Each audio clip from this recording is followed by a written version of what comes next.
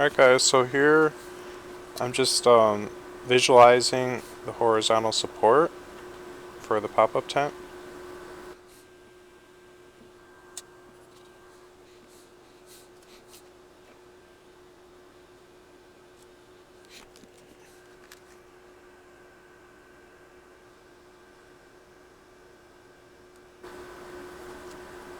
And I hot glue the cardboard hinge I made for the pop-up tent horizontal supports into place.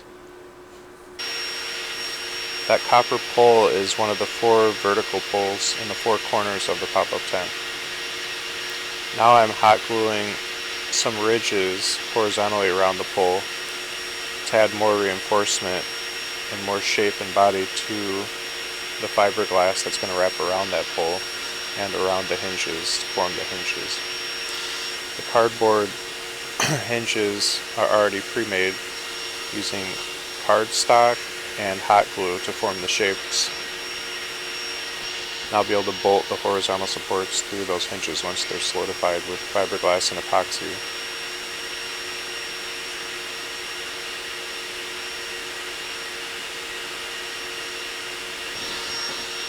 I've got my vacuum chamber out, you can hear it sucking, and that will prevent any fumes or fiberglass particles from escaping into the room. I mean, it'll also make it safe to breathe in here and no itchy particles getting spread out throughout the room. So that's a roll of fiberglass tape. You can buy those in different diameters. This is a wider diameter I'm using for the first time. It's really excellent size for this. I hot glue the tape down as opposed to just dipping it in epoxy and smashing it down, because that holds it into place, especially into all the nooks and crannies better. I put the hot glue in the low spots of the form and then press it down into those low spots so that the high spots will be pronounced, but the low spots are the hard part to get it to conform to. So I'm filling all the low spots in the corrugated shape of the hinge with hot glue and then pressing it down in with my fingers.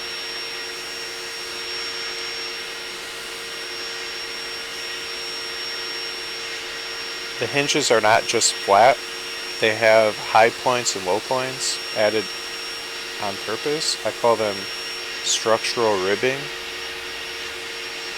If you look at like the lid to a garbage can or the lid to a recycling bin, you'll see the same structural ribbing. It adds more support to a flat surface, preventing it from caving in. If you also look at like the ceiling of a cathedral, you'll see structural arches and ribbing.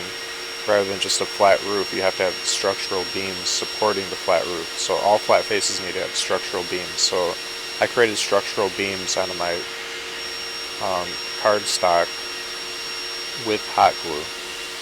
And now when I fiberglass and epoxy over those structural beams,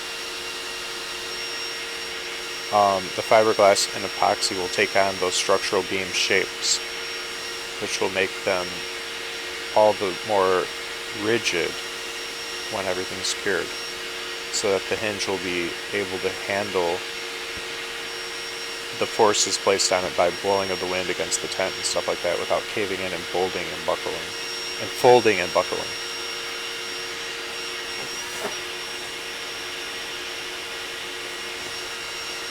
I put some overlap between these 2 layers of fiberglass tape for strength reasons. I use a single piece of fiberglass tape to go around the entire hinge, around the pole, and then back up the other side of the hinge. I don't need to fiberglass the insides of the hinge, I don't think. I'm just doing the outsides. But I'm wrapping it around the inside a little bit. Now I'm putting down masking tape to create a surface that I can squeeze epoxy onto and mix up. I use Loctite 5-minute heavy-duty epoxy, which comes in 2 8-ounce containers. You put equal parts of both, mix it up with a Q-tip stick, and then you apply it with your fingers. These are nitrile rubber gloves I apply it with. between applications I just throw the gloves away. So I go through a lot of gloves, but that also makes the project a lot cleaner, because otherwise your fingers get sticky, and then you touch your hot glue gun, you touch your scissors with that, you know, getting sticky hot glue or sticky epoxy on everything. So you really have to change your gloves frequently, and that's a little bit wasteful, but there's no avoiding it if you want to keep your workspace neat and clean. I really should put some paper towel on my stomach, because I'm risking dripping it on my stomach, but I didn't do that this time. Normally I do. So I end up dropping little shavings of fiberglass and little bits of glue on my stomach a little bit, but for whatever reason I was just too lazy to do it this time.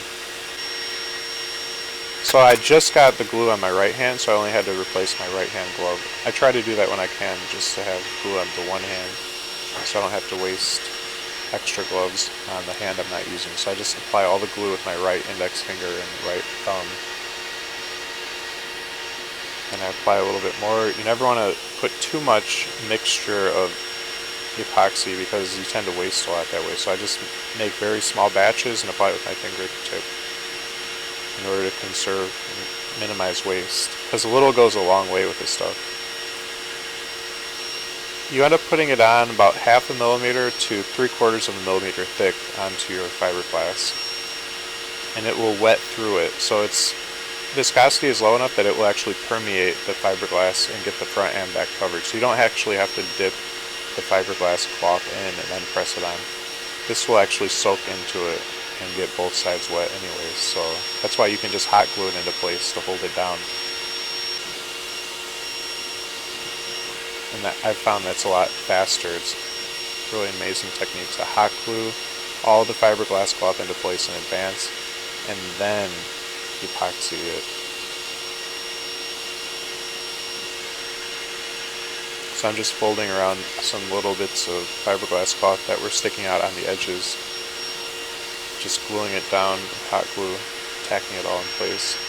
And if you see that bottle I just set down on the upper right, that's compressed air. If you turn that upside down and you spray it at the hot glue, it causes it to instantly set, because it sprays out cold Freon or whatever at it, and that instantly cures the hot glue, bringing it up to temperature. So that's an excellent hack to save time.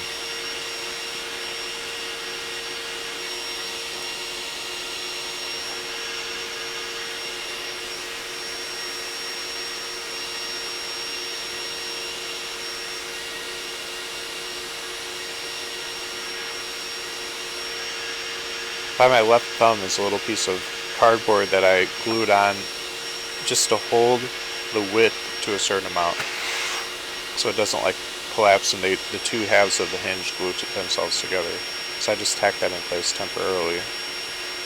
It's just a width separator piece. Once the hinge has the center support bolted into the center of it, that will dictate the width. But for now, we need something just to prevent it from collapsing together like a mouth closing, because it's got a lot of curing epoxy on it, so it's at high risk of getting glued together the two halves, then it becomes useless. So we need to make sure it doesn't close up like that. So that thing is there for that.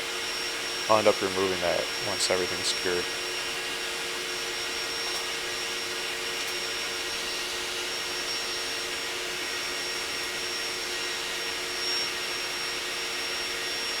There's quite a bit of wait time between applications of glue, because you have to wait 5 minutes for it to tack up.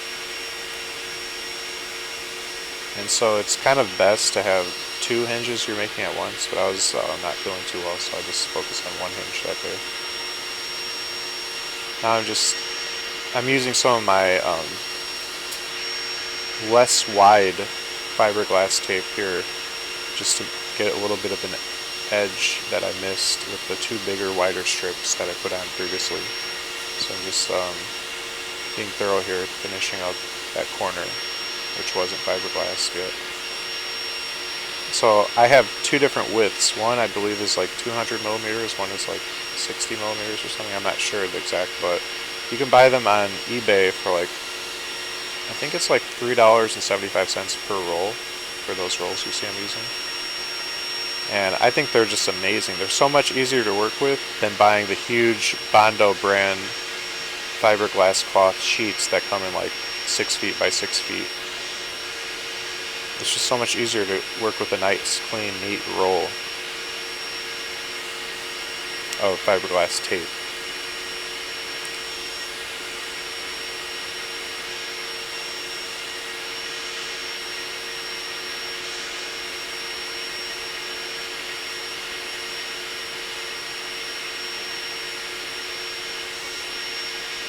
You don't want to put on the glue too thick because then it will drip and it will fall off and it will create huge clumps. So you want to put it on in thin layers. Probably 2 or 3 coats is best. You have to wait 5 or 6 minutes between coats. I'm just using a X-Acto knife to press down some of the fabric that's peeling up a little bit on the insides, which would block the passage of the horizontal support bar from being able to rotate freely within this hinge once it's bolted in. I'll probably need to come back and sand it smooth on the insides to make sure there's plenty of clearance at the end. I can sand it smooth actually with an X-Acto knife, just carving it, any high points or parts that are sticking up in there. So even though I was trying to smooth it down, it kept wanting to come back up. It wasn't like sticking very well. The epoxy doesn't get sticky until like 4 minutes into its curing process, then it gets really sticky and then it like flash hardens all of a sudden and it's no longer workable. So there's a window between like 4 minutes and 4 minutes 40 seconds where it's best to do your final smoothing out. Things are sticking up weird.